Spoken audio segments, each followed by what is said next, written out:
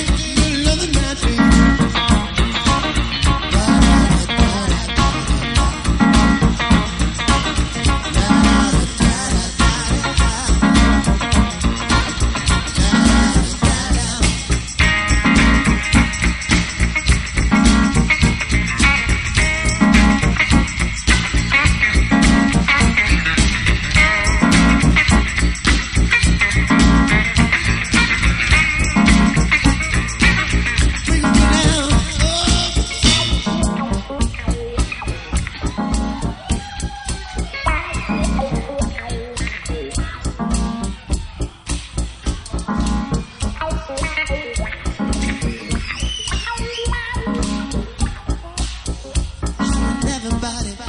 ever in my life. Right here on one, everybody, ever in my life. Ever in my life. Ever in my life. Turn the lights way down, everybody sing.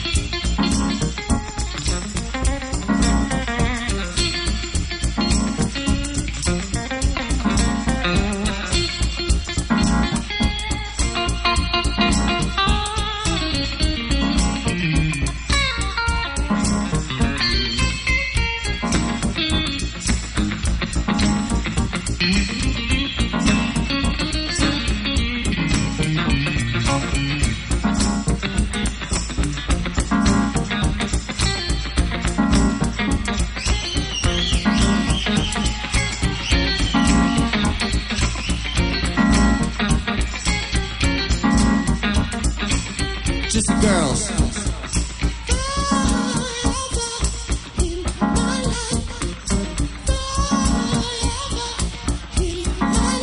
Girls.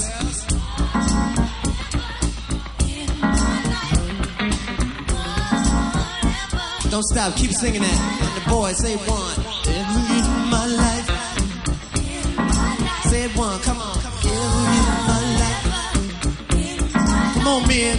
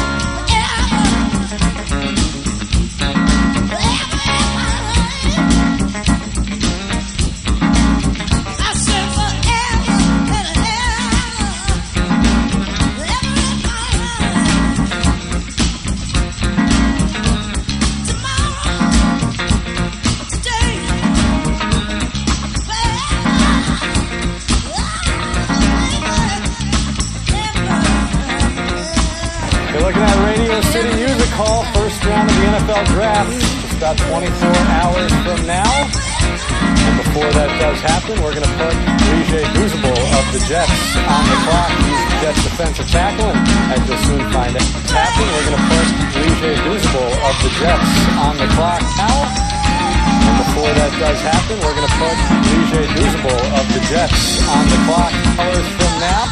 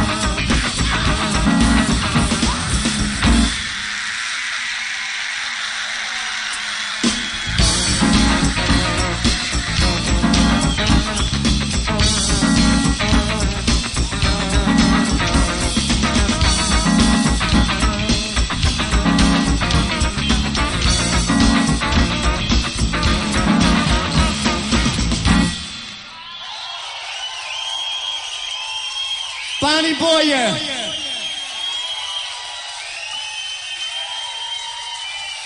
Ain't nobody can mess with that girl.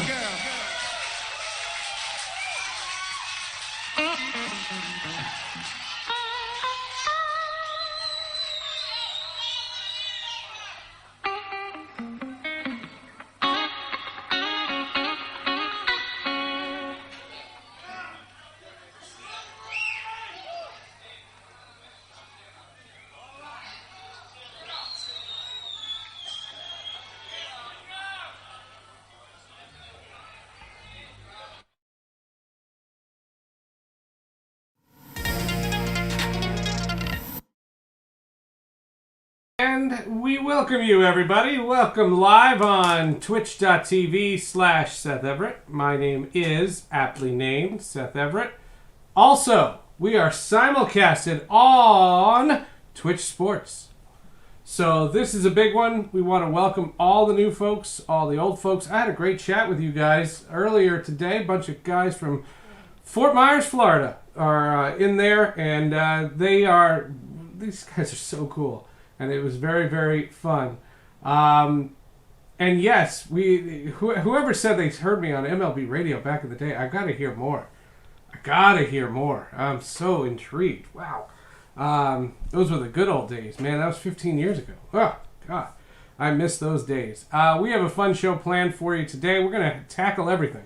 I've got a golf guest, a basketball guest, and a football guest, all back to back to back. I also have a couple of debates going on as well. Today, I thought the big story in sports today was the NCAA announcing that the big dance is going to take place in one city.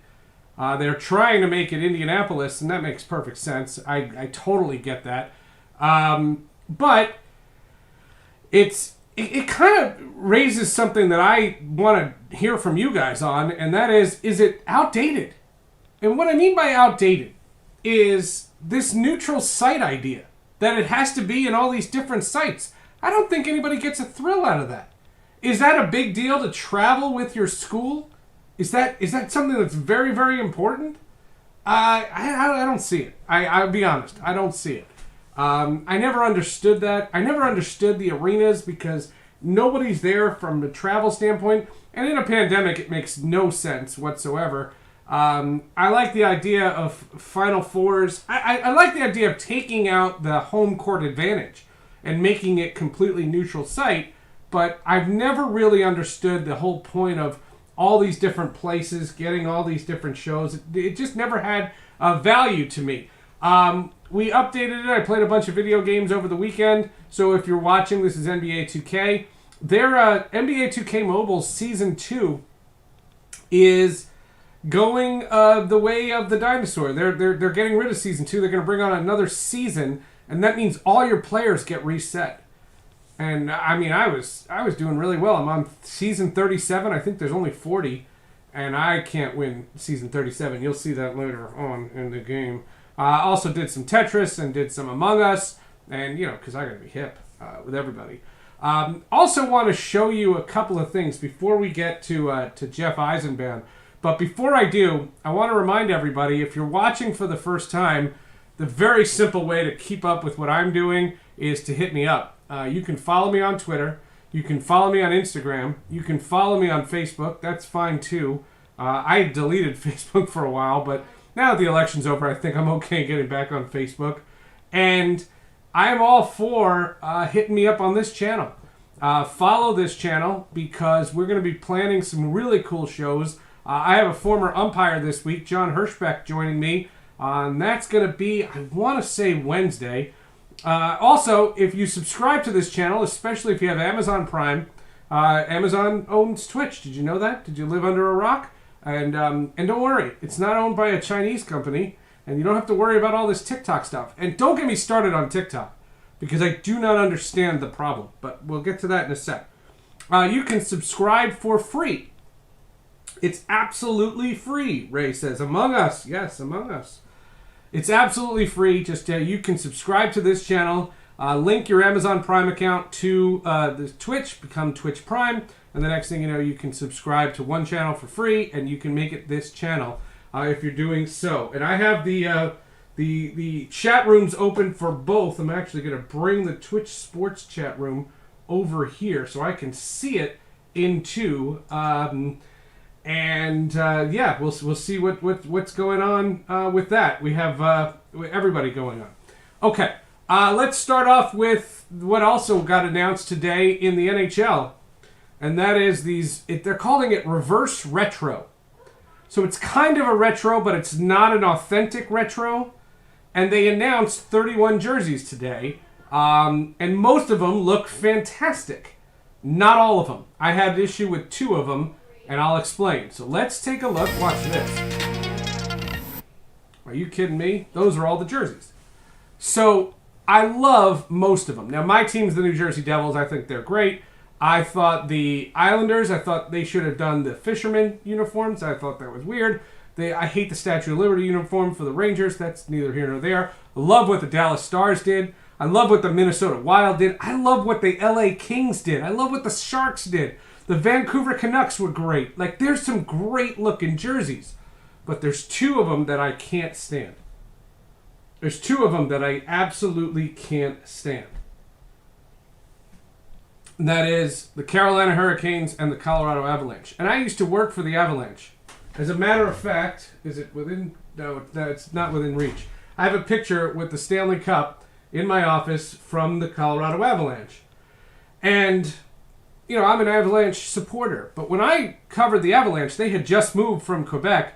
And if you look, it's in the bottom left of the screen. They have a Quebec Nordiques jersey. That's Quebec Nordiques. And they left Quebec. And they heartbroke Quebec. And I think they're rubbing their nose in it. And I know that's not why they're doing it. And they're trying to keep relationships up. But I don't like the way it looks. I think it is flashy and shameful. And then if you go to the top left of the screen, so 2 left from my beloved New Jersey Devils, that looks like the Hartford Whalers. That is the Hartford Whalers. And the Carolina Hurricanes, they ripped the heart out of Hartford. Hartford, Connecticut misses that franchise in the worst way. And all you're doing is you're reminding them that they don't play there. It's not like you're going back to Hartford. You're not doing that. And you're not the Whalers. That's right. Andrew says, I grew up in Philadelphia. I remember the Whalers. Carolina, you're no Whalers. And that's just not right. It's wrong on every level. And I don't mind. And the thing is, I love this promotion. I love these jerseys. I hope they wear these jerseys every game. I think they're sweet. Have you seen the Winnipeg Jets jerseys? Those are awesome. The St. Louis jerseys are great. And I saw in the Twitch Sports chat, I mean, the LA Kings, that's pretty sweet. But I'm against, if you are transplanting a team, you don't do throwbacks to your old franchise. It's not right. And I'm a former employee of the Seattle Supersonics, and if the Oklahoma City Thunder did that, I would raise holy hell. I think it's wrong what they're doing.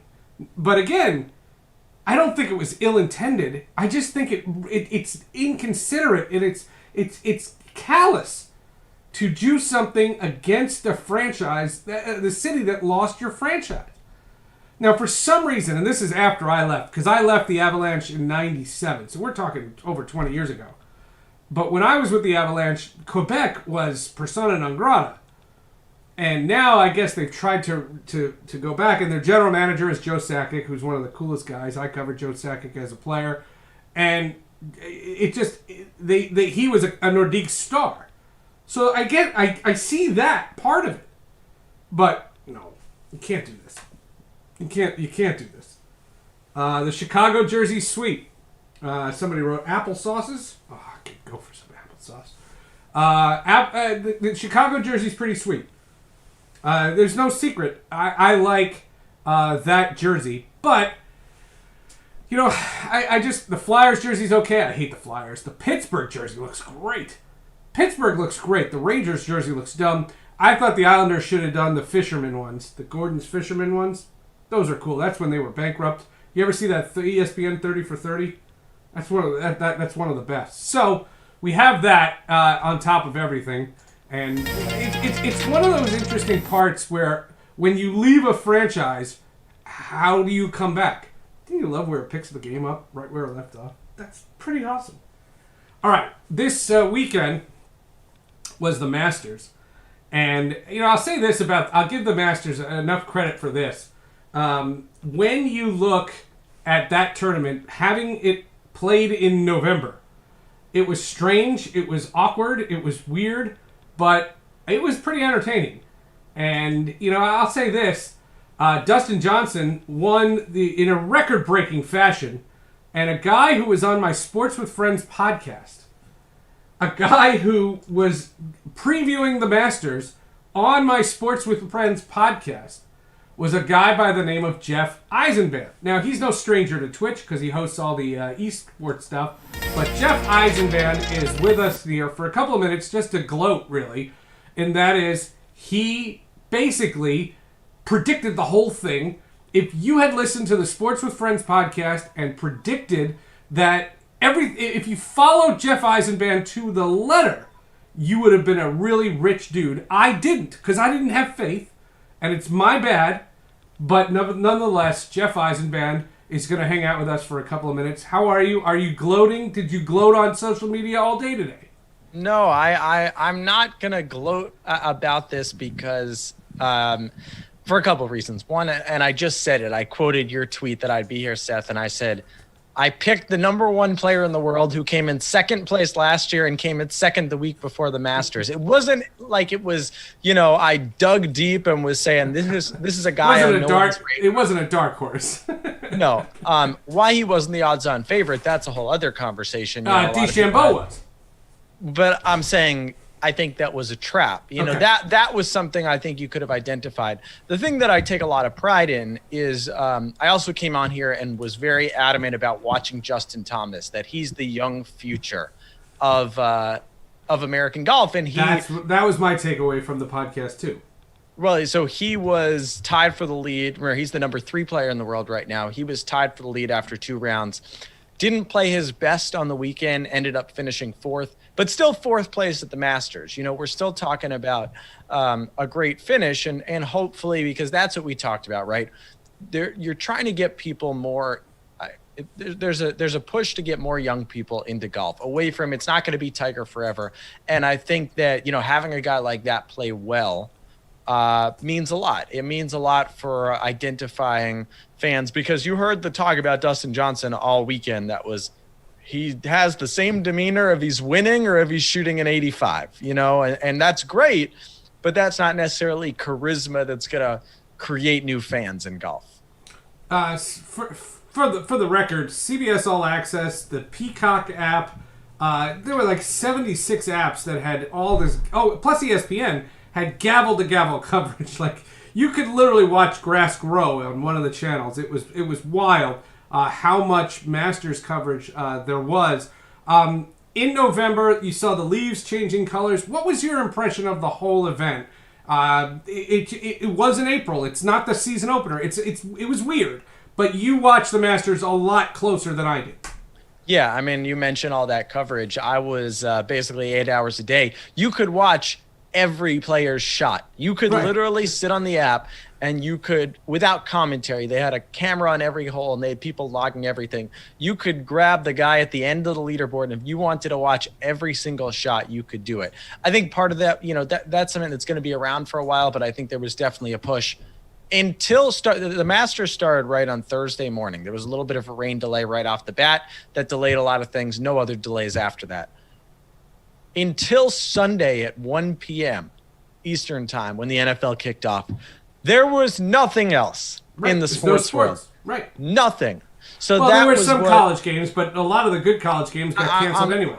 I guess I'm talking from a professional aspect. Yep. Yes, you're right. There was some college football on Saturday, but you're also talking about the Masters, which usually is probably played a couple hours later because of sunlight in November. Daylight savings. They had to move everything up, but I think yes, you could see everything. My impression was the course play is a little different without fans. A lot of players talked about there's certain areas that you just know the depth perception. That does matter. The same way in the NBA, by the way, that does matter, that depth perception of having the fans behind the backboard. So that was something that the players had to get adjusted to because of the rain on that first day. There were a lot of low scores right off the bat. So Dustin Johnson sets the record at 20 under. I don't want to put an asterisk on it because it could rain in April too, but that he was 7 under after the first day, as were a couple guys. And it was just, it played very easy that first day because of the softness. Played a little bit. By the end, it was playing much harder. They changed the whole locations. They moved some things around. But that was the biggest difference, I think, in terms of the actual gameplay. A couple of comments from the chat rooms. Steve says, you never saw one leaf on the fairway or in the rough. That's Bobby Jones' design. Chewy says over on Twitch Sports, where there's a lot of folks watching us, I shot an 88 on Sunday. Dustin Johnson better watch his back. Yeah. Oh, yeah. No, I'm sure. And Contra Kula 88 followed us here, so thank you very much. Continue. What about this record-breaking performance? He won this thing by 20 shots. What was that a product of November? Or is that a product of he's just playing that amazing, and if you played that 6 months from now, he might do the same thing? Well, you have to remember, right? So he, as I said, he came in second in April 2019, right? So the that's last 18 time. months ago, right? And so Tiger won at 13 under. Dustin Johnson was 12 under. And I don't know exactly, but he had a great last day. So it's not exactly like this guy's a schlub. And then on top of that, he's been playing so incredibly well when it just comes to just the way that since the restart, really. I mean, he's won. This is now, I think, 4 times that he's won if you include the Tour Championship, which was he got a head start on. He was actually 3rd technically in terms of low gross that time around. He still won the $15 million prize. Not bad. And then we talked about the second place. He has 2 second places during that time. So he's just been tearing things apart. He's been number 1 in the world off and on for the last 5 to 6 years. So this isn't, it's not like this guy came out of nowhere, but he hasn't won the big one. He finally won the Masters. He only has 2. He did it today. He only has 2 majors, which for a player of his caliber, which he's won, I believe, 24 times on the PGA Tour, if not more. You expect a guy like that, 24 PGA Tour wins, world number 1 for a bunch of weeks. He has a ridiculous amount, like 18 top 10s in majors or something like that. But he just would, all 4 times he had the lead entering the last day in a major, he lost going into this. I think we saw a player who's just more experienced, has been around the block, has had those bad losses. He's not going to be nervous about that. He's done that a million times. I equated a little bit to Clayton Kershaw, his victory, someone who's just been, Hall of Famer in the record books, has done everything except actually get that. The Masters is such an iconic title to get. So he was finally able to do it, and he'll still have this career where it feels like he left so many victories on the table, but at least he got this one and can now move on with things there. You brought up Clayton Kershaw, and you reminded me something, and I should have opened the show with it. Tommy Lasorda's in the hospital. He's actually in intensive care. This Dodgers icon, and I have a really, really tough time with this because, and I'm gonna lean on you, Jeff. I have 2 curveballs to throw at you. You have to give me advice for one, and then I want your opinion on the other one. Not really advice, but in this one, Tommy Lasorda hates my guts. What'd you do? What he did. He did it. I did not. No way. And he and I had 2 knockdown shouting matches. Like shouting matches. How do I handle this while he's in intensive care? Do I tell the story? No. I can't, right? You can't tell the story. He's I can't say the words that I felt for all these years towards him. He has lambasted me twice on the air. On the air. And it was because, I'll tell you what it was. Because we got thousands of people watching here. I'll tell you what it was. He didn't like my stance on the World Baseball Classic. Because I said that if I was a general manager of a baseball team, I wouldn't want my pitchers pitching in the World Baseball Classic. And he thought I was not patriotic. He called me un-American.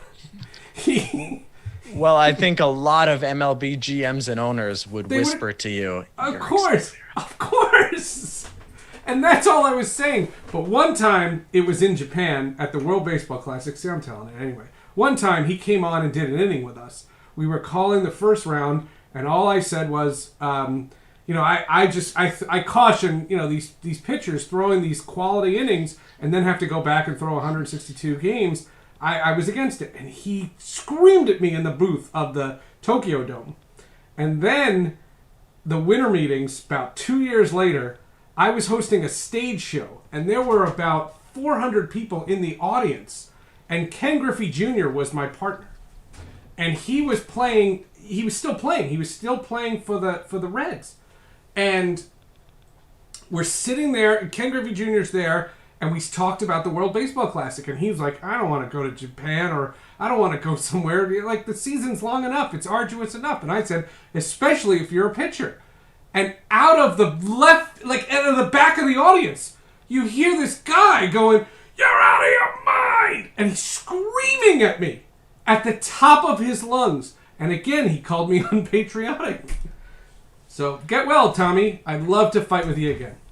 I know it's a tangent, but because you bring it up, I think it is worth noting that the World Baseball Classic probably succeeds best if it's played in November.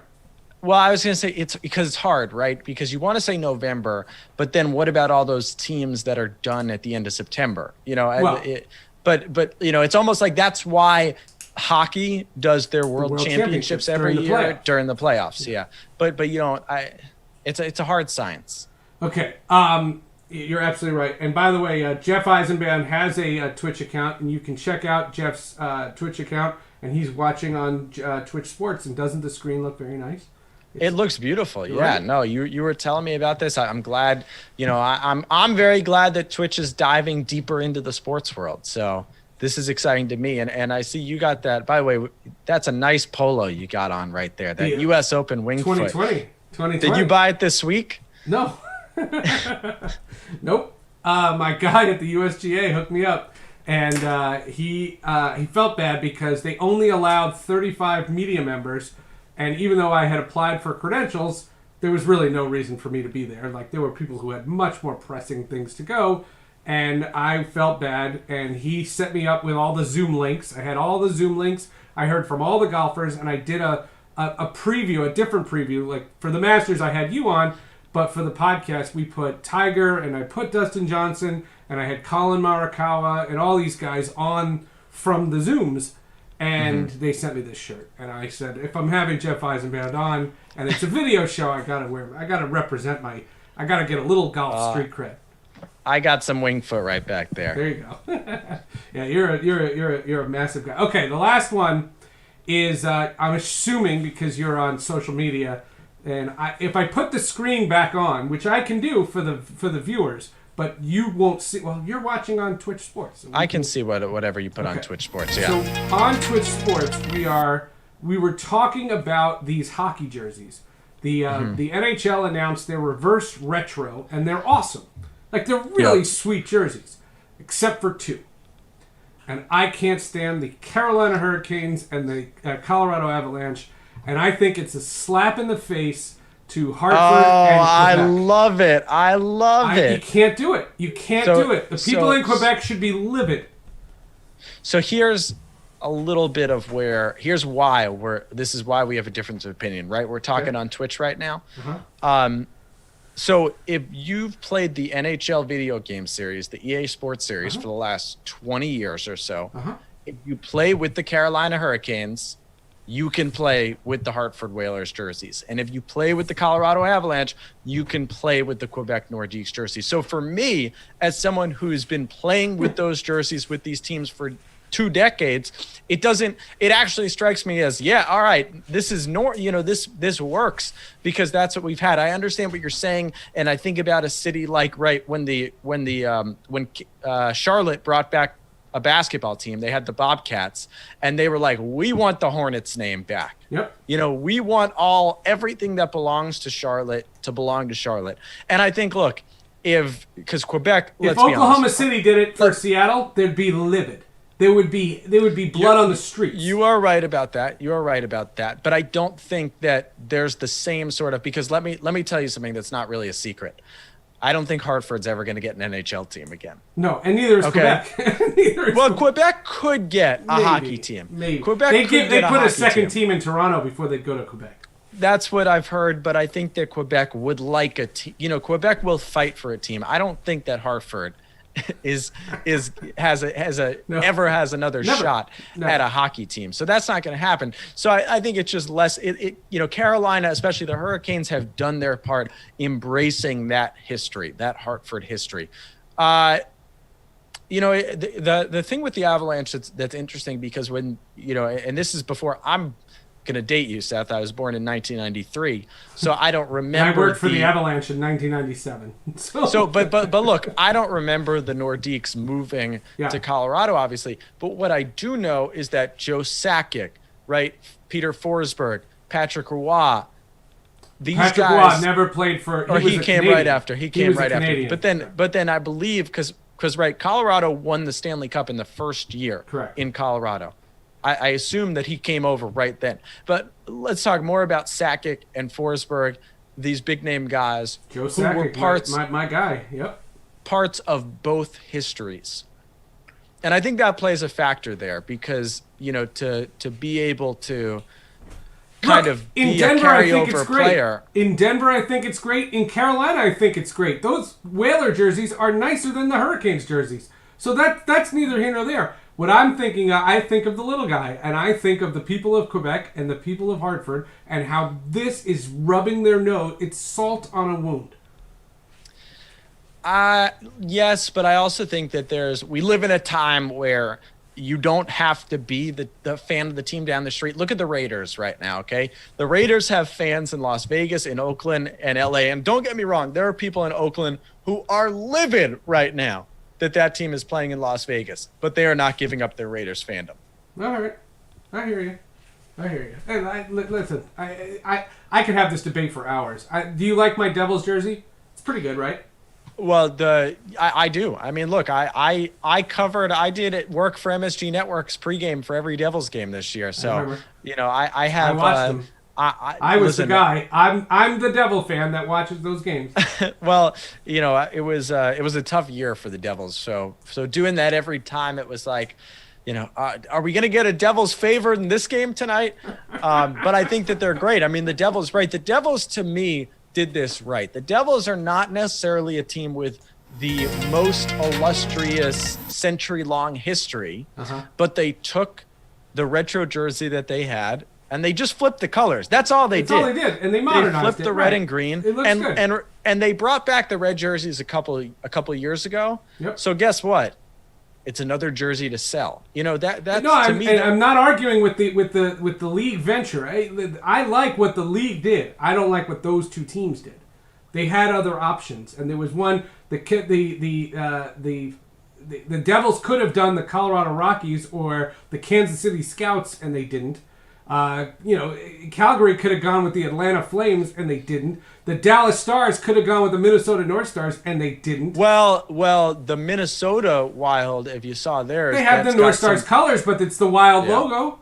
Hey, listen. But look, that's another situation where those Minnesota fans do not have any connection to Dallas, do not want any part of Dallas, and they have their own team now. Right. All right, man. You could have done the Red Wings just did a practice jersey. I know. Well, some people don't care about that. But also, Detroit plays in a city that has a metropolitan transportation system called the People Mover. And I have always said, give me a shot of whiskey and 10 minutes. I'll come up with a better name than the People Mover. Jeff Eisenband, ladies and gentlemen. Follow him on Twitch and also check him out on social media. Great job predicting the Masters. I will be calling on you for every golf major next year. That sounds good to me. All right, brother. That's Jeff Eisenband right here on the show as we roll through. Now we are going to welcome, watch this, Fancy. You like that? I can get fancy. Well, that's weird. The screen's not showing. Let's welcome in former NBA star with the Washington Wizards. He has hosted many a Twitch show with me in my day. We did a show called Center of Attention. I call him a dear friend. He's the closest friend in my world that I have never met face to face. I have never met this guy face to face, and of course his camera's not working and he's muted. But nonetheless, Atan Thomas is with us. Can we hear you, Atan Thomas? You can hear me. But we can't see. 1 second. This is what happens when your daughter messes with your There you go. stuff. Oh, there he is. And she's Ladies not and supposed to gentlemen. be touching your stuff, and she's playing all these games on your computer and messing stuff up. That's what happens when you have kids. How you doing, man? How you doing, buddy? You look good, man. Hey, you too, man. How You been working out? You good?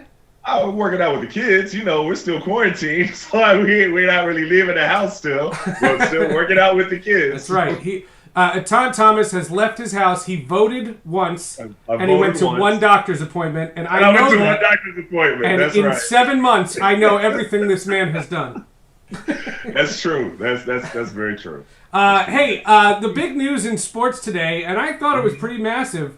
The NCAA announcing that they're going to forego all the neutral sites, all the different sites for the NCAA tournament, and pick one city. It's not going to be one arena because they can't. They have to have games at all different places. So I imagine Indiana and the Pacers Arena and the Colts Stadium and where they're gonna have to figure places to play. But all in the general Indianapolis area is where they want to have the NCAA tournament. And I was applauding because it was the first time a sport made a plan predicting the pandemic 5 months out. Yeah, I agree. I mean, I would still like to know a little bit more details with the plan. You know, it's not going to be actually a bubble situation, but it's going to be a one central location. I guess they're going to have, I'm assuming they're going to have this testing protocol when they come in and, have a rapid results, hopefully. I mean, I'm guessing because they didn't say all of that part. But that's, at least this is a good first step. Okay, they're going to have some kind of protocol, but then what happens in the regular season? So in the regular season, what teams are just going to travel and play regular and take everybody's temperature and then send them on a little extra Lysol and then send them on out there on the court? Well, Come on, Sam. they're not doing it. They're not doing it like South Dakota, where they say that even if you have COVID, as long as you're symptom free, come to work. Isn't that crazy? Isn't that crazy? I saw that. It's crazy. It's crazy to me, Seth. You've been talking. You've been doing a lot of writing lately, right? And you had a conversation with the Hall of Fame basketball coach from Syracuse, where you and I both went. I actually have my final class this Thursday. I teach a class up there. And the campus went all virtual. They no more in-person classes. And Jim Boeheim, the Hall of Fame head coach, tested positive. But you spoke to him right before he found out? It was like a few days before. And we were talking about COVID. He was telling me about the protocols that Syracuse has. And he said that they're practicing now and they test once a week. And then once they start playing, they'll test 3 times a week. And I asked him, well, do you get rapid results? Or he's like, well, we're hoping we could turn around results in, 24 to 48 hours. And I was like, okay, so what happens in between that time? And say somebody does test positive and everybody else has been, exposed. What do you do then? Right. I mean, regular questions that we've talked about all summer. And, but he said, honestly,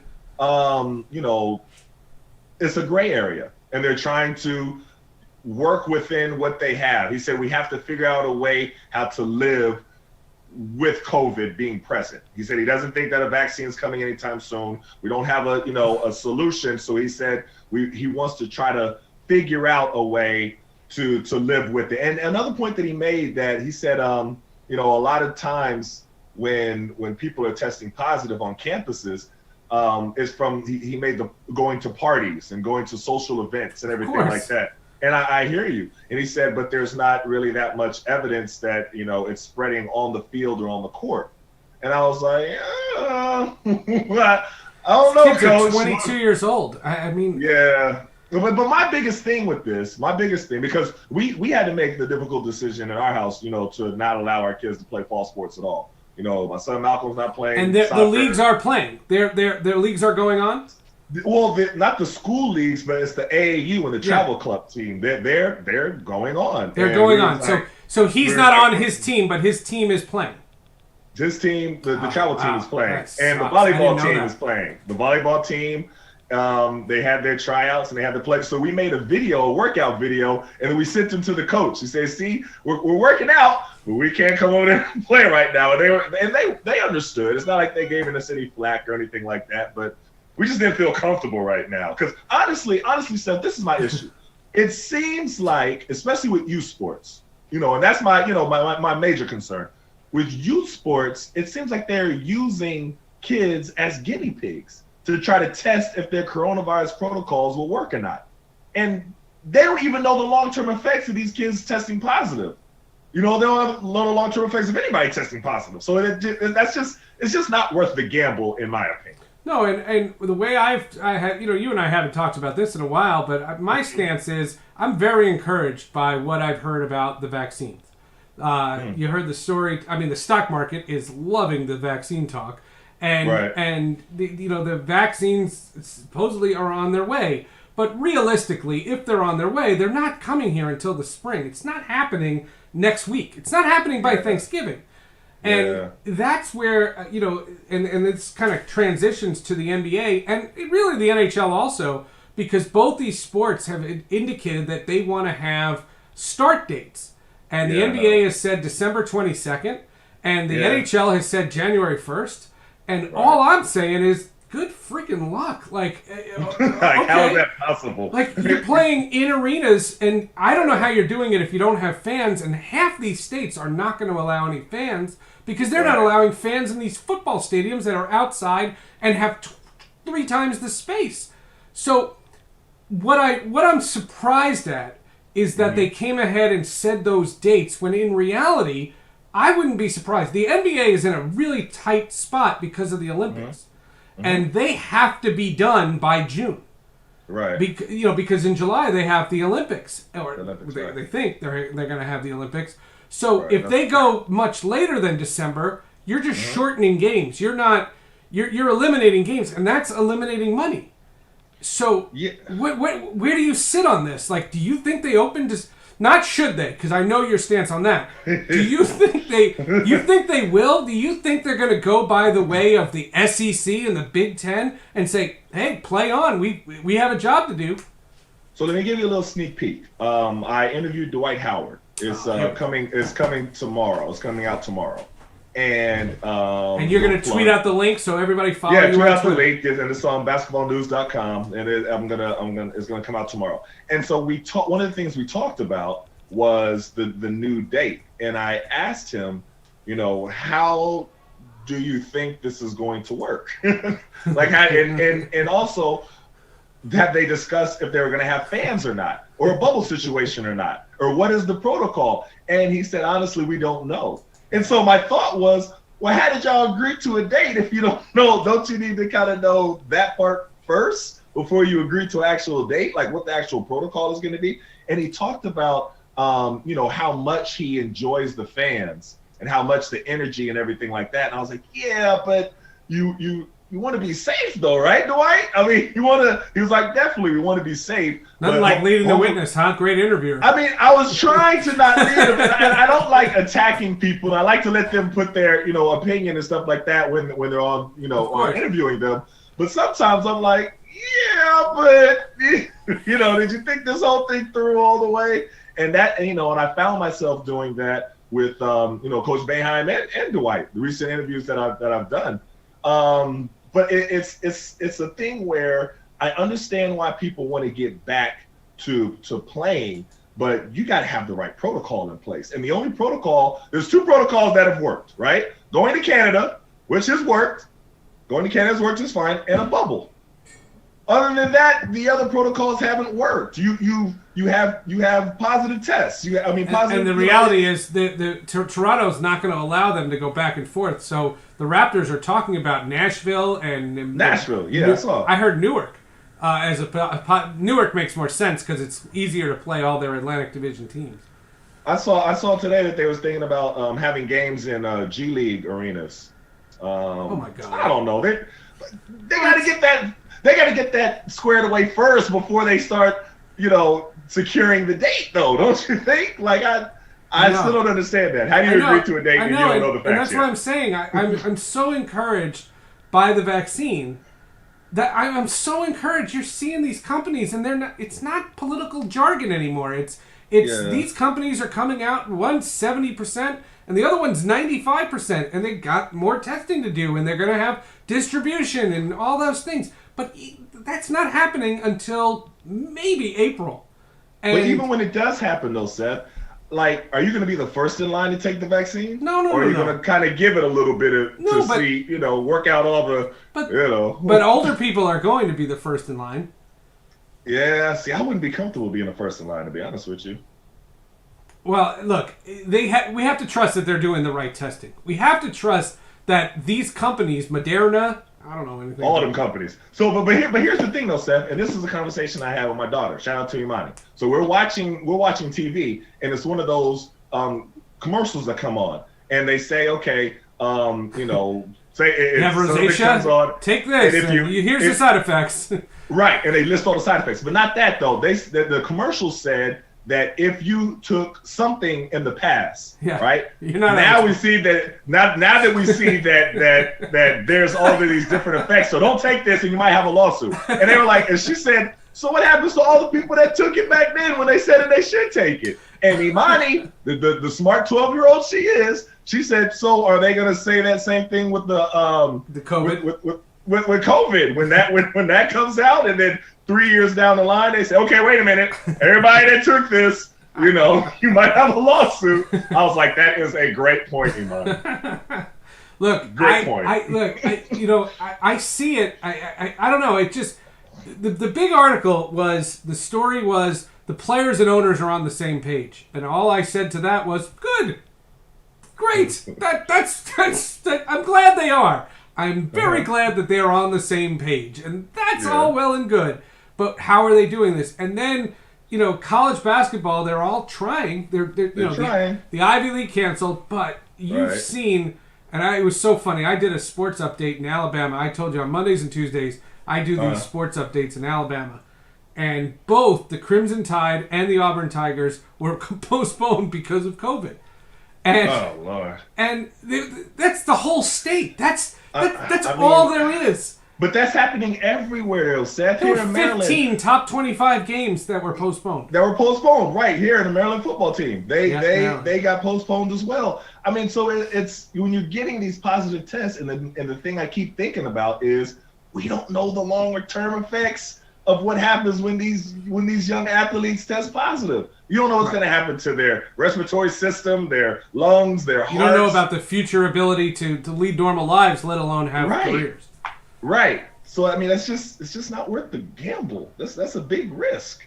So you haven't changed anything on college football. Did you see the story about our guy Dino Babers, the head coach at Syracuse, who came out and said he wants an asterisk for the year? Mm-hmm. Mm-hmm. I was like, so now you want to asterisk? I love Dino. Dino's our guy. You know what I mean? We've been rooting for Dino. Now you want an asterisk? Really? Come on now, Dino. You my man, but come on, man. And I lost money because they held Clemson really close. They played Clemson really, really close, and I didn't think that. I thought they were going to get blitzed. And the line was like 46, and they won by 20-something, and I was like, oh, no. That's the game they play well in? And they can't beat anybody else. I don't know. They can't beat anybody else. And yet, the ratings for sports are down. Mm-hmm. And this is one of the things I wanted to ask you about. It's all around. It's the Masters were down. The NFL is down. Everything. I don't get that. I know the election captivated a lot of people's mind, and if you want to tell me that was it, I'll buy that. I can't argue with that. But I would think now you don't have this overabundance. There was a time, just not so long ago, when we were doing this show, we were talking about there were hockey games, playoff games, basketball playoff games, baseball playoff games, football games, college football games. Your cup runneth over. Right. And now it's quieted down. You had the Masters and college football and the NFL. And the NFL was great yesterday. You had that amazing catch by DeAndre Hopkins. And I have the photo of it. And my God, That was amazing. 3 people around him. That was amazing. That was Yeah, it was amazing. amazing. And he has these gloves. Did you see that?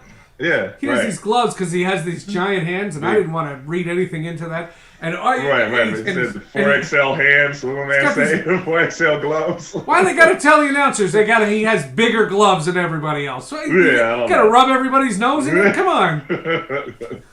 Hey, We just wear regular size gloves. What are you talking about? Right. But the sports have been good, but the ratings have been down. What's your take?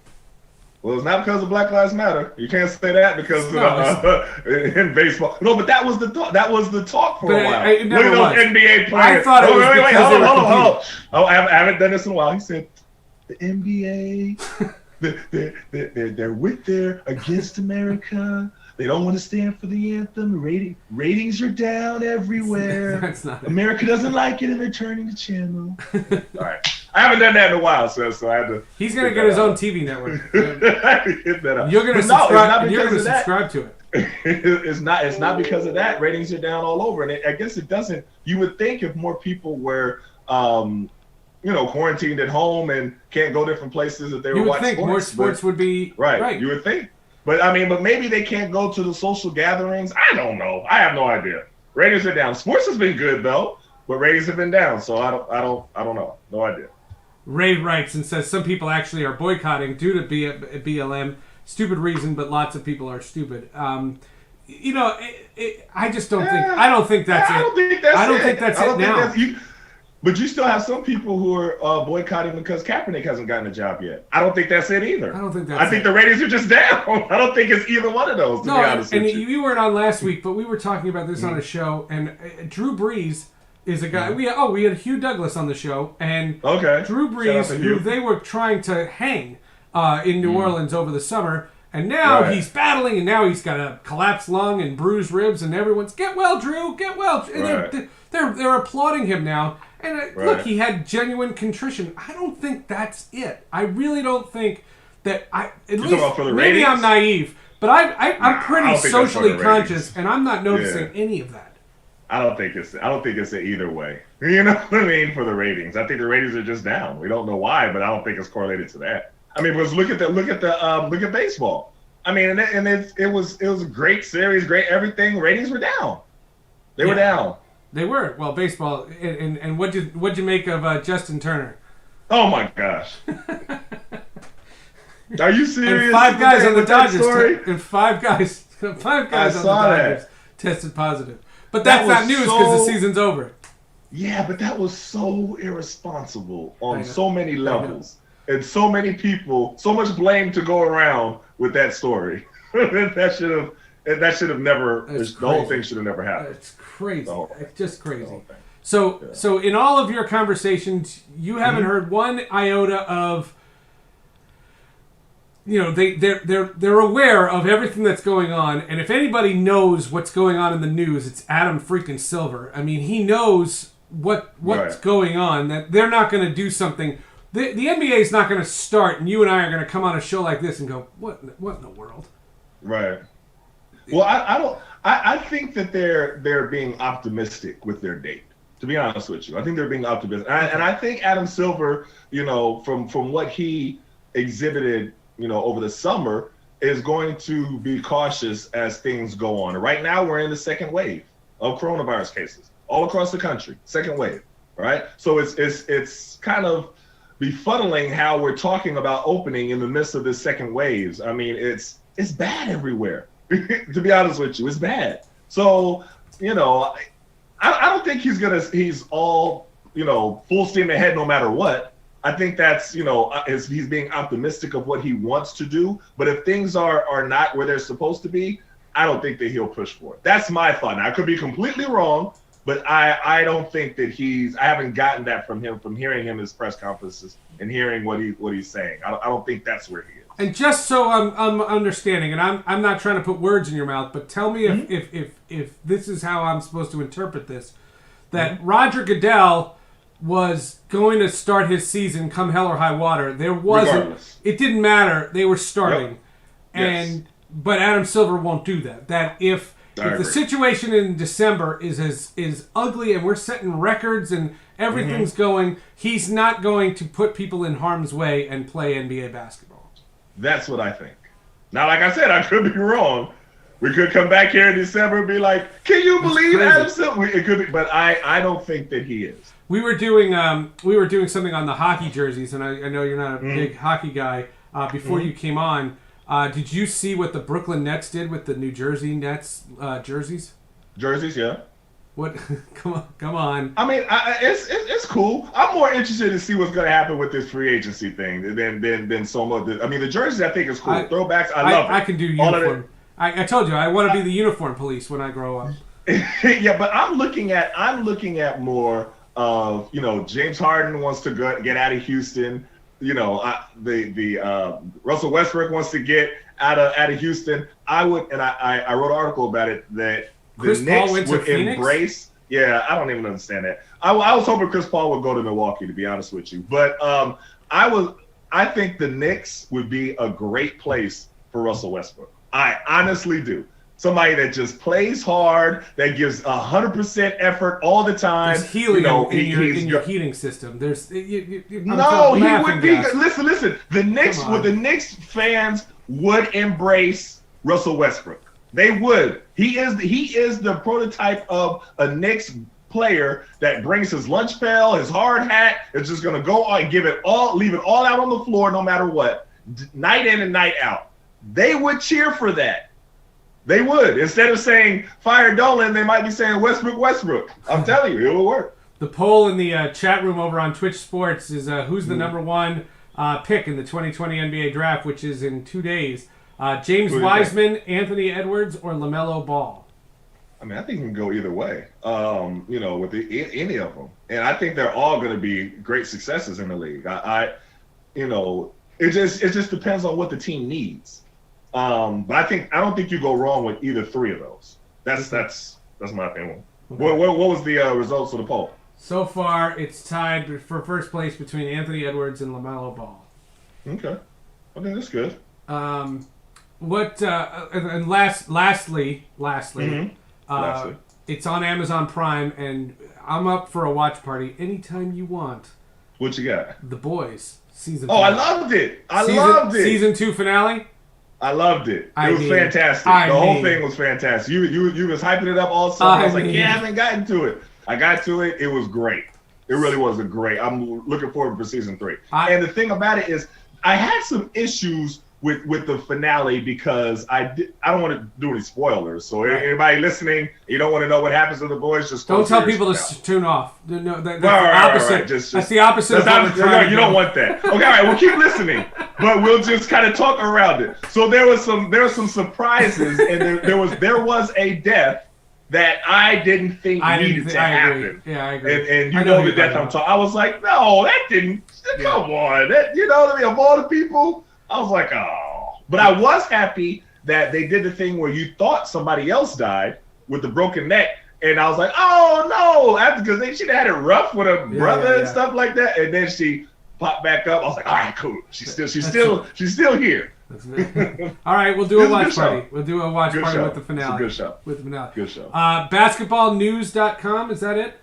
Yes, sir. Good job, man. Thank you so much for doing this. We appreciate it, as always. Before you go, this is what we're going to be touching on before we get to Leger Douzable, the NFL defensive lineman. America, the National Public Information and Statistics Society released America's favorite food chains. Okay. This will be interesting. Maine, for example, Long John Silver's. Oh, gosh. Massachusetts, Boston Market. New York State, Sbarro's. Sbarro's is the best food chain? That's like when you don't have anything else going. You just order some pizza. All right, what else? I don't know what... I know which one Oklahoma is, but I don't know what that logo is. Somebody tell me in the chat room what the logo is, this red one with this... It looks like a C. I don't know. You have what's the Maryland? Maryland, hold on. Carl's Jr.? That's the favorite? I know. Georgia, KFC. As the favorite, KFC? That's not even real chicken. Washington, D.C., Outback Steakhouse. I'm a fan. I like Outback, but I mean, I don't know. These polls, these might be some of the presidential polls, like for the elections. I don't know. These are kind of iffy. Nevada, Arizona, Oregon, and Washington were In-N-Out Burger, but California was Denny's. Denny's? Hawaii was Burger King. Burger King? Okay, stop it. I can't take it anymore. Alaska was Bubba Gump Shrimp. Now, Bubba Gump Shrimp is good. That's a good spot. I do like That's the first one. I'm like, okay, well, that one is good. The C logo is Chick-fil-A. Thank you, Chick-fil-A. All right, Chick-fil-A is cool. Chick-fil-A is good. Chick-fil-A. That's what that. I didn't know what that was. All right. Yeah. Thank you, sir. As always, we'll talk to you real soon. Sounds good. Be safe. Right. Yeah, that is Ton Thomas, ladies and gentlemen, and this map. I feel like the weatherman here. This is my I'm doing my Al Roker here. Maryland, New Jersey, by the way, should be embarrassed. Olive Garden. Are you serious? Olive Garden? Come on. That what is that? I don't understand some of these, but I wanted you to see your state. And tell me if you agree with your state. Chick-fil-A is all over the South. I didn't know that. What is New Orleans? Does anybody know? Is that Popeyes? I'm trying to see. I can't make that image. Maybe I can make it a little bigger. Here, let's do this. There you go. Is that Yeah, that's Popeyes. So there you have it. Nibre says, "Give me cookout or give me death." Olive Garden is delicious. I mean, look, I'm not hating on the Olive Garden, but the favorite food chain? I'm sorry, that's not the favorite food chain. And who picked Chuck E. Cheese? The food there is disgusting. By the way, Chuck E. Cheese will be the last place I would go to after this pandemic. That's a German-infested place as it is. You can't do that. You can't do that. All right, let's talk football, huh? Let's do some NFL talk. This gentleman played defensive line. Leger Duzable is with us, and he is the man. Look at this guy. Look how sharp this guy is.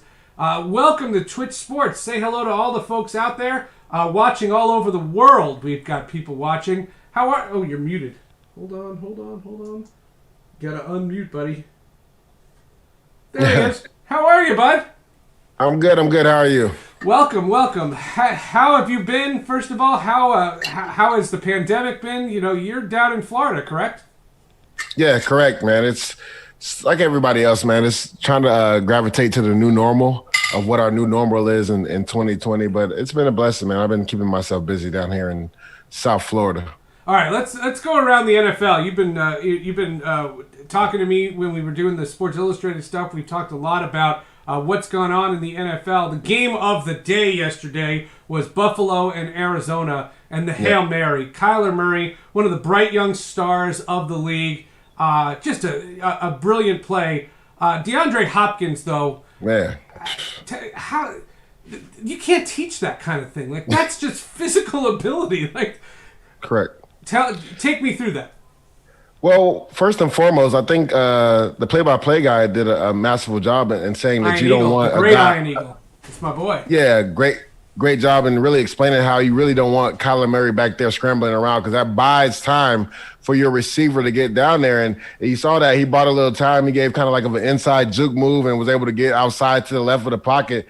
And you kind of knew where he was zeroing in on, because since he's come into the league, DeAndre Hopkins has been one of the best 50-50 jump catchers in the NFL, and it showed why yesterday. I mean, 3 defenders draped on him, and arguably probably the 3 best defenders for the Buffalo Bills. You got Tre'Davious White there, you had Michael Hyde there, and you also had Poyer there. So you would, take a bet with Buffalo's, 3 secondary members, all have played at the Pro Bowl level this year and Pro Bowl level in past. You would take those 3 all day, but I would better say most people in Vegas would take DeAndre Hopkins with 4 people on him because that's the type of ability he has, the jump ability he has, and his hands. He wears 6X gloves, man. If that ball hits his hands, he's coming down with it. Yeah, I was just commenting before you came on. They told the announcers kept talking about these specialized gloves that he has for them. You don't have to rub everybody's nose in it. We just wear regular gloves. What's that? That's not Literally, nice. I mean, I kind of feel for him, man, because like if you run out of gloves, it ain't like you can just go into the equipment room and be like, "Yo, can I get a pair of gloves?" He's gonna be like, "Well, we got a special order those. It's not like we just have those in the back." Yeah, and he's probably like, "Did everybody hear that? Excuse me, did everybody hear?" It's pretty amazing. Between Mahomes and Kyler Murray, there are some really, really young stars. Josh Allen's one of them. It's a really bright spot, and the old guys are still there. Tom Brady's still there. And Drew Brees, man, he took a beating yesterday. Man, he took a shot yesterday, didn't he? Wow. But it really is refreshing to see that there's some really bright young stars in the NFL. Yeah, the NFL's in great hands. If you look at guys like Patrick Mahomes, Kyler Murray, Lamar Jackson, Deshaun Watson, and then even this young crop that's coming in, right? You look at Tua Tagovailoa. You also look at Justin Herbert out there with the Chargers. Yep. So the NFL is in good hands going down the stretch and into the future at the quarterback position. It's uncanny, and it's real refreshing. Do you think the Pittsburgh Steelers are as good as their record? 100%. I mean, people were saying that around week 6 when they were 6-0, but you can't go 9-0 and not be that good. And it's like a few of their games they've actually dominated. I mean, if you look at the Baltimore game, that game was a close game. You see a few other games. The Tennessee game came down to the wire also. But you saw what they did to the Bengals, and the Bengals had been playing at a high level on offense at least. I mean, their defense had struggled throughout the year, but Joe Burrow was putting up 300 passing yards week in and week out. But then he met that Pittsburgh Joe Burrow's another one. defense. You're right. Yeah, he met that Pittsburgh Steelers defense, and it was like he was rookie Joe Burrow again. So I think that alone proves what type of team this is. Ben Roethlisberger missed the whole week. I mean, who needs practice, right? We're talking about practice, as Allen Iverson said. Practice, and he just goes out there and throws 4 touchdowns. Like, maybe he should get more weeks off if he's going to come out and play like that after being in the COVID protocol. And just for the record, Drew Brees has multiple rib fractures and a collapsed lung. He's going to be out for quite a while. Jameis Winston's going to get an opportunity to run that Saints squad, and he's got a chance to resurrect his career. Correct, and it'll be real interesting. It's kind of like the black cat theory, right? Last year we saw this with Teddy Bridgewater. He came in and resurrected his career, was able to parlay that into a deal with the Carolina Panthers. What will Jameis Winston do? Also, what will Coach Sean Payton do? Will he give Taysom Hill and Jameis Winston 50% of the calls back there? Or will he let Jameis Winston run it and then sprinkle in Taysom Hill like he's been doing the last few games of the season? It'd be really great to see Jameis go out there and resurrect his career, kind of like how Teddy Bridgewater did last year. Yeah, that's a great point. And Bridgewater's knee is okay, supposedly. And tonight, Monday Night Football, the Vikings and the Bears. A lot of people watching this are getting ready for that game. And I'll say this: the key for the whole thing, in my estimation, the games have been entertaining, and without a horse in the race. We talk about the Jets. And we'll get to them. They're not in the they're not a thing. I have an affinity because in my career, I've covered the Broncos and the Seahawks, and I watched those games. I watched a little of Giants Eagles yesterday, and I saw a lot of the Arizona Cardinals. But for the most part, there haven't been a lot of clunkers. The quality of the games has been pretty decent, don't you think? Yes, and it was crazy because my guy Schwartz was on Twitter yesterday saying, thank God the NFL's got this great slate of 4 o'clock games. And I'm looking at the 1 o'clock game slates, and I'm like, yeah, they don't look sexy on paper, but these are some good matchups. You look at the Green Bay game versus Jacksonville. I think a lot of people didn't see that game coming to the wire. I really felt Jacksonville had a chance to win that game at the end and probably should have won that game. I think that was a BS call on that James Robinson touchdown run that got called back. Because that, to me, that's a bang call. Like, that really wasn't holding. You really can't call that play.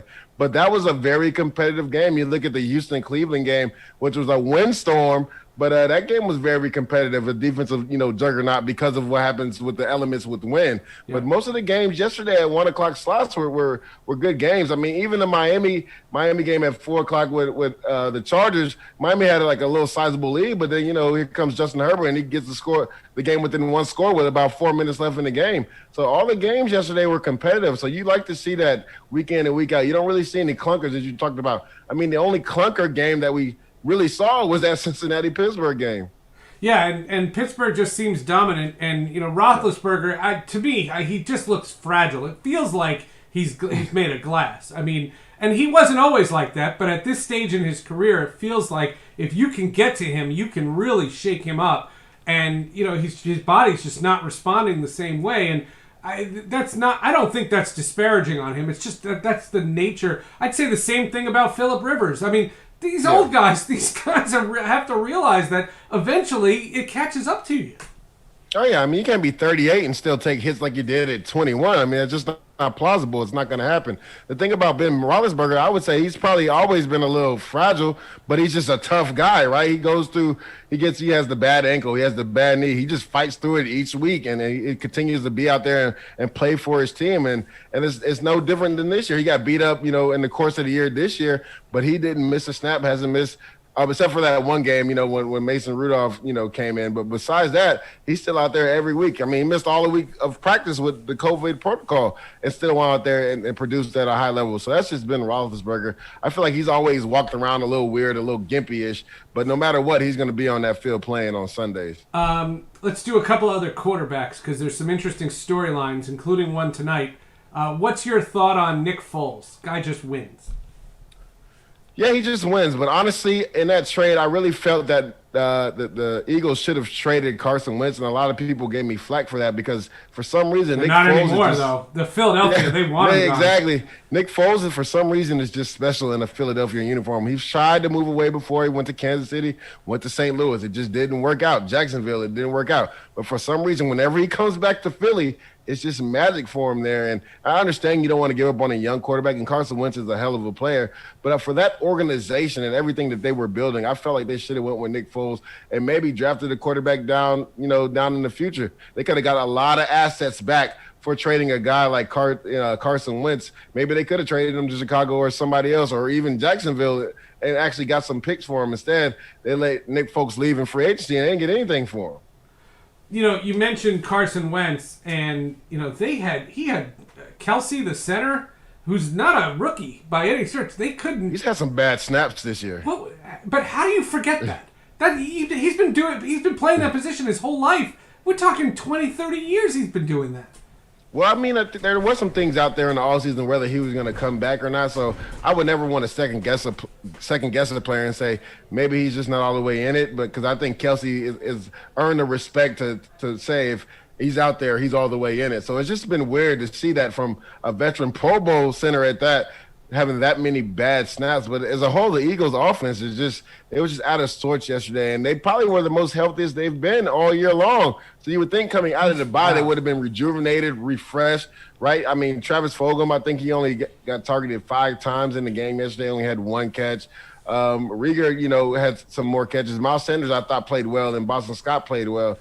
But on the Carson Wentz, and he's just not on the same page with his receivers right now. And I don't understand that coming off the bye when you're the healthiest you've been all year long. That's wild. 3-way tie in the NFC West with Arizona, Seattle, and L.A. L.A. beat Seattle yesterday. I didn't see much of it. I was watching more of the Cardinals game. Oh, I watched it. So tell me, are the Seahawks vulnerable? How good are the Rams? And where do the Cardinals fit in all this?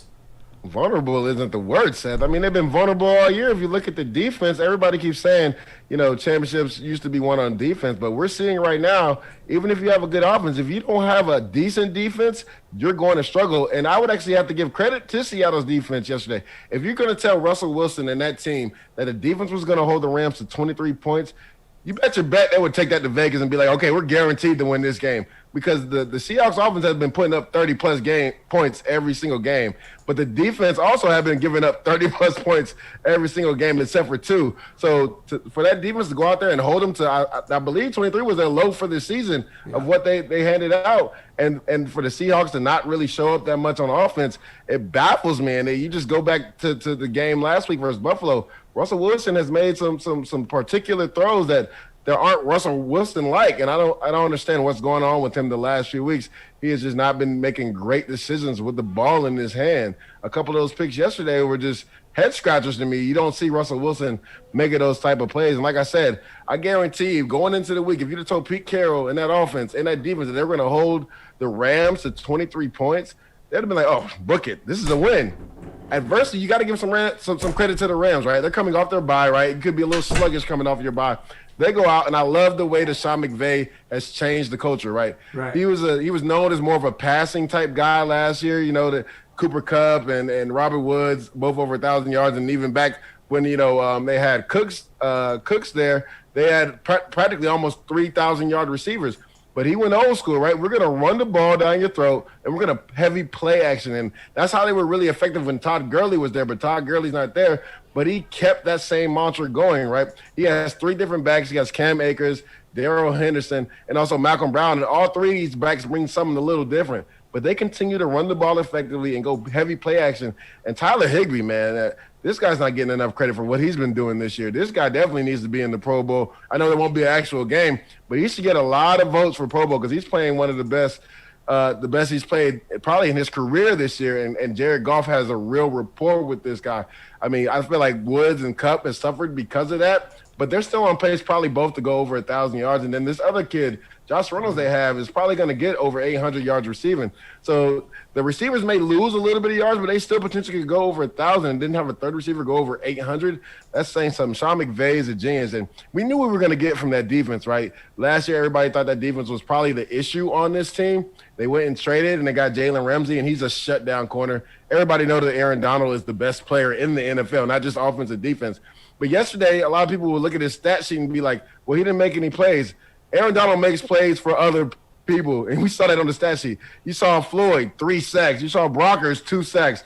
This team, he frees up other people to get one-on-one pass rush abilities against offensive tackles and guards. And when you have that one-on-one, you have to take advantage of it because Aaron Donald is gaining so much attention because of the type of player he is. It's going to be interesting. What is, if you had to pick one to win the division, or do you think all 3 make the playoffs? I was going to say, well, this year we could potentially have 8 teams. For right now, we have 7 for sure going in. So I see all 3 of those teams making the playoffs, especially in the NFC. It's not as strong as the AFC is. If this was the AFC, then I would say maybe 2 get in. But this year, I think all 3 will get in from the NFC because if you look at the NFC South, really probably only the Saints and Bucks get in, right? And then if you look at the NFC North, I think the Vikings are going to make a run, honestly. I really feel like they're going to make a run. I think they're going to win tonight, too. They're going to have the potential to get in. But right now, only Green Bay is getting in the playoffs in the NFC North, if you look at it from that point of view, right? So if you look at it, all 3 teams from the NFC West could potentially get in with 6-3 records right now going in. And it's crazy to think – it's not crazy to think because I knew Arizona was going to be good. I didn't think they were going to be this good, though. Andy Reid yesterday was irritated. The Las Vegas Raiders – drove their bus around the stadium and honked their horns on their way to the airport.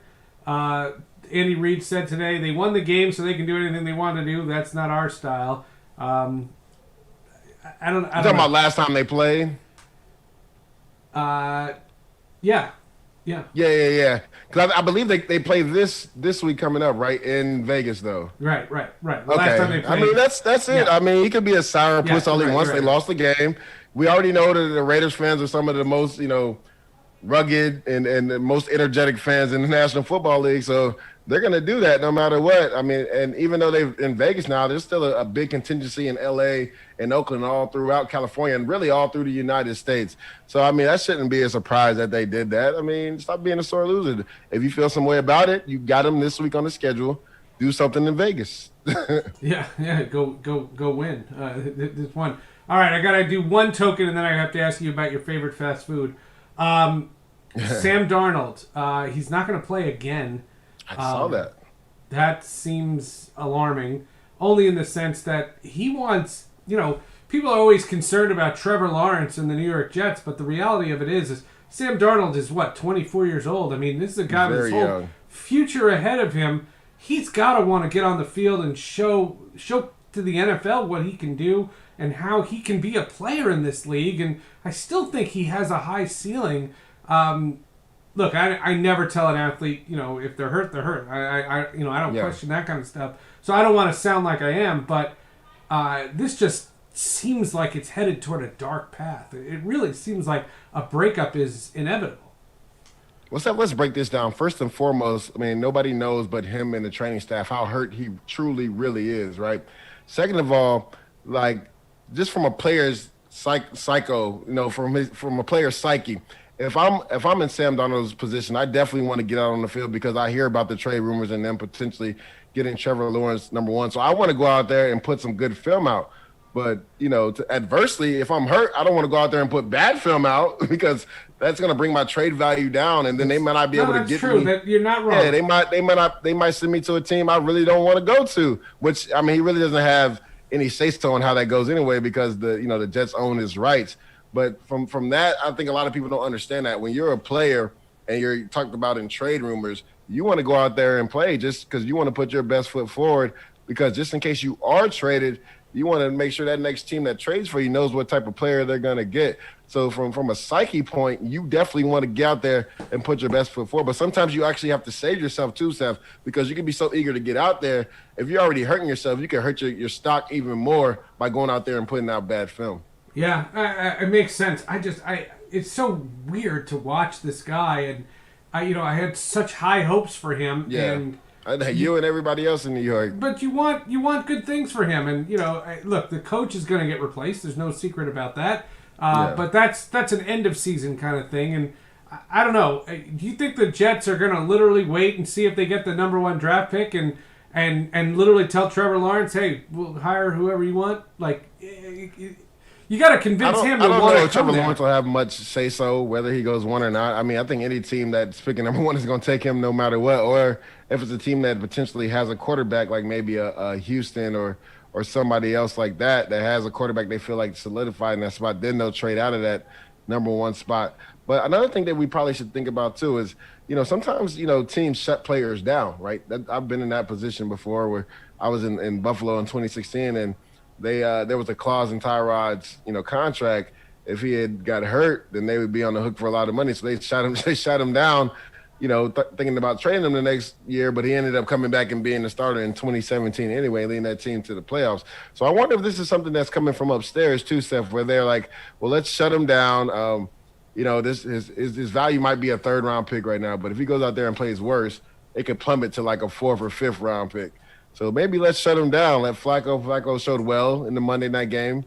Let's shut him down and see what type of trade value we can get for him. So, I mean, that's something to think about, too. And it sucks as a player because if you feel like you're healthy and you can play, you want to go out there and play and put your best foot forward. Always. But there's a lot that goes into it. There's a lot of politics that go into this where a lot of people and fans don't understand this. But like I said, I've been in this situation with a teammate before where the upstairs people shut the quarterback down. All right. You are a modicum of athletic achievement. Your body is a temple. I can't even fool this. I have to ask you, what's your favorite fast food? And you don't see this because you're on Zoom, but I'm pulling up this map because this is a conversation we were having earlier about America's favorite food chains by state. So if you had to... and where are you from? Where are you from originally? I'm from Tampa. Oh, so you're Florida through and through. Oh, 100%. Favorite fast food. So I'm not a big fast food person, no kidding. Seth. But does pizza count as fast food or no? Pizza does. The New York State favorite food is Sbarro's. Oh, wow. I mean, it's good. You go in, get a quick slice, and get up out of there, huh? I guess. I mean, New York City. Yeah, that would be my favorite fast food probably. And if it was like chain, it would have to be like just Checkers fries then. Okay, well, Chick-fil-A is very big in Alabama and a bunch of other states. Georgia, though, is KFC. Oh Florida my God, I would have never thought Georgia would have picked KFC. Florida is Dave and Buster's. That makes no sense at all because they have food there, but that's an entertainment place. I know. Louisiana's Popeye's Chicken. Popeyes, obviously. Okay, yeah. Yeah. But Tennessee with Tim Hortons. Texas with Whataburger. Yeah, I figured that was theirs. Really? Is Kentucky's actually Kentucky Fried Chickens too, or no? I don't think so. No. I don't see That any makes place no else that has sense. it. Washington, D.C. had Outback Steakhouse. I thought that was my favorite. Boston, That's Massachusetts. not fast food though. See, I agree. Well, it's America's favorite food chains. Oh, okay. So we're talking food chains. In and Out is Oregon, Washington, Nevada, Arizona. Yeah, anything on the West Coast for sure. New But, Mexico hold on, we gotta go back is, to Florida. So this Hardee's. is why people talk about Florida right here because we don't follow instructions. Favorite food chains, right? How is Dave and Buster's a damn food chain? No, Dave That and is an Buster's is a entertainment chain. place. This is why they talk about us, Florida. Right here. This is why they talk about us. This is why. This is why. I watched the documentary I just the other day about the Bush Gore. It's the one on HBO, 537 votes, and the tie-in to Elian Gonzalez and South Florida and the Cuban population. My father's born in Havana, Cuba, so I have relatives who live in Aventura and that whole South Florida area.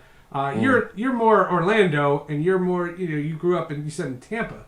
I grew up something down here too, though. Delray, South Florida. Oh, West Delray. Palm. Yeah, there you go. Yeah. Clematis Street, right there in Palm Beach.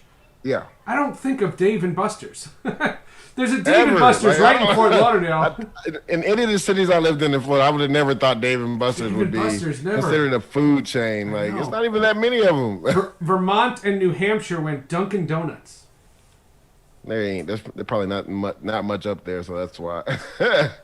But Minnesota surprised me because they went for Chuck E. Cheese, and that's some of the grossest food ever. So they're just as That's bad like as us. in poor Florida. man's Dave and Buster's. At least we got another state that had an ignorant answer too. Puzzle says, as a Texan, my answer is Jason's Deli. Jason's Deli is when I used to eat meat. That was a pretty good place. Oh, you don't even eat meat. So this is like torture No. for you. This is not. This Not is really. I could talk about it. fun. I thought this was fun. I eat Alaska seafood. went I'm for pescatarian. Bubba I Gump. don't eat meat though. Alaska went for Bubba Gump. I thought that was unique. Alaska has a bubble gump up there. Apparently, they have a lot more. Wow, And Hawaii went for Burger King. that's funny. Anyway, first of all, thank you so much for hopping on here. I appreciate the time as always. It's been great getting to know you. I'm not even covering the Jets anymore, so we're not going to be doing those things anymore. Oh, really? Yeah, we're not going to talk about that in front of thousands of people, but we'll talk about it.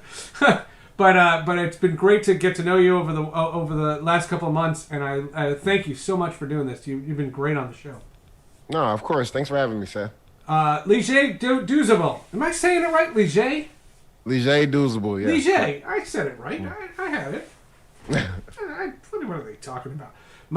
When I was in Japan, I had to do the play-by-play once in the World Baseball Classic of Korea versus Japan. How did that go? And that was names. You want to talk about names? That's I was about names. to say. Ligier Duzable is not going to scare me. I was about to say, how much studying did you have to do Oh to my get the God, pronunciation that was so right? much. The whole plane flight.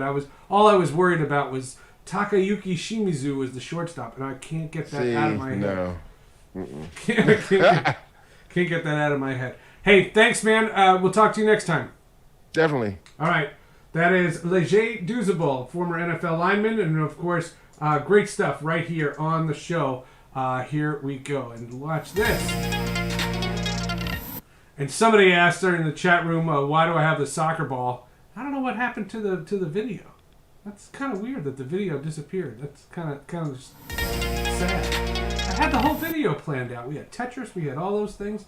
Nonetheless, we're here, and one of the things about a lot of these guys, when they play the game, I love the guys who are just honest.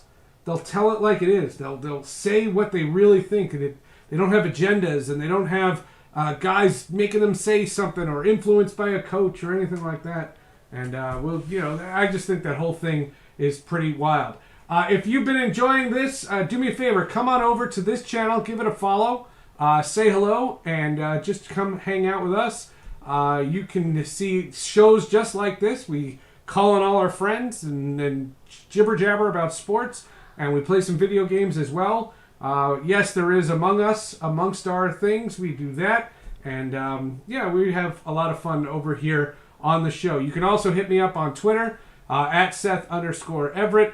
Coming up this week, I have these two podcasts that I want to tell you about.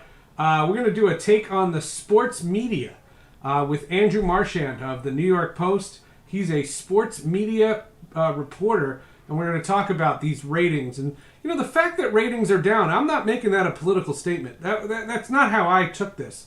And I don't think a lot of people did. I don't think ratings are down because of that. I just wonder whether or not people are, I don't even know how to say it. Like, I have watched sports, but sparingly.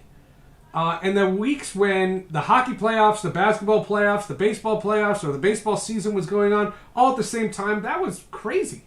I couldn't keep up, and I was reading about most of it and watching it all on highlights. And I've watched a bunch of shows. I mean, I've watched Ozark, The Boys, we were talking about that earlier. There's a bunch of shows that are out there, and I'm engrossed in these shows. And that was the, that's part of it too. And you try to stay with the family and whatnot, and that's kind of crazy too.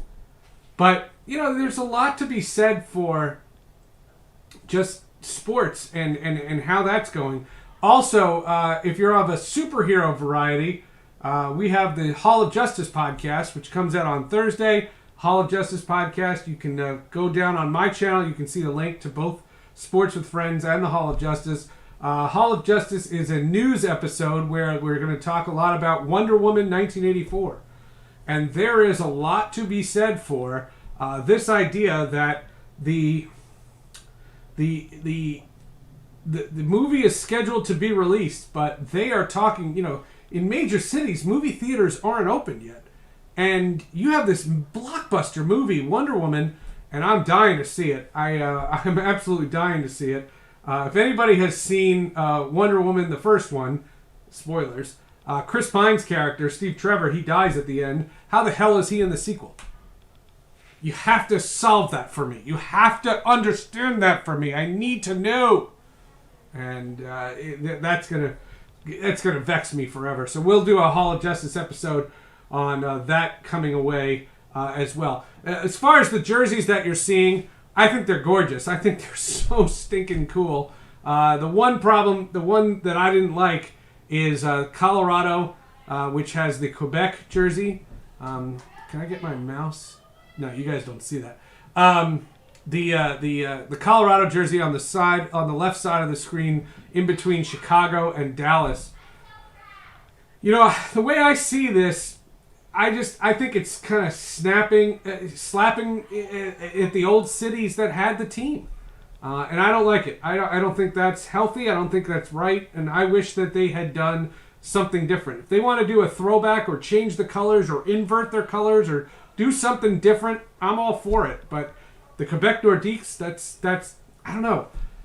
And somebody on Twitter immediately wrote to me and said, "Why are you starting trouble?" And I don't like it. I don't like that they did it. And the other one that I don't like is the top left, the Hartford Whalers. That's a proud franchise, and I'm not expecting a lot of you to know about the franchise and where that's gone, but let's face it. That franchise moved. They became the Carolina Hurricanes, and they left a legacy behind. Your legacy is over when you leave a city. You change. And I make the basketball analogy because I used to work for the Seattle Supersonics. And when I worked for the Sonics in the late 90s, they were the only show in town. They were great. And I couldn't imagine the Oklahoma City Thunder which to me, every time the Thunder take the floor, it's an insult to the city of Seattle. And can you imagine them putting on the Sonics colors for one game? Oh, never. Absolutely never you would want that. And I am sorry, that wouldn't fly. And that's one of those weird things that I wouldn't let that happen. So that's kind of the way. If you look at the top of the screen, you can follow me at Seth_Everett.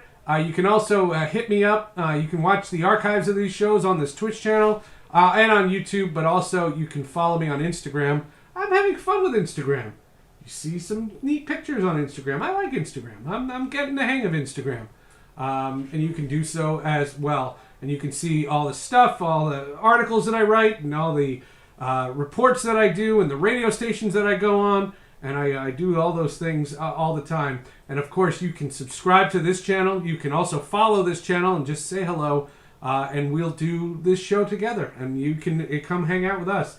Because I promise you can do so. Tell us about yourself for a moment.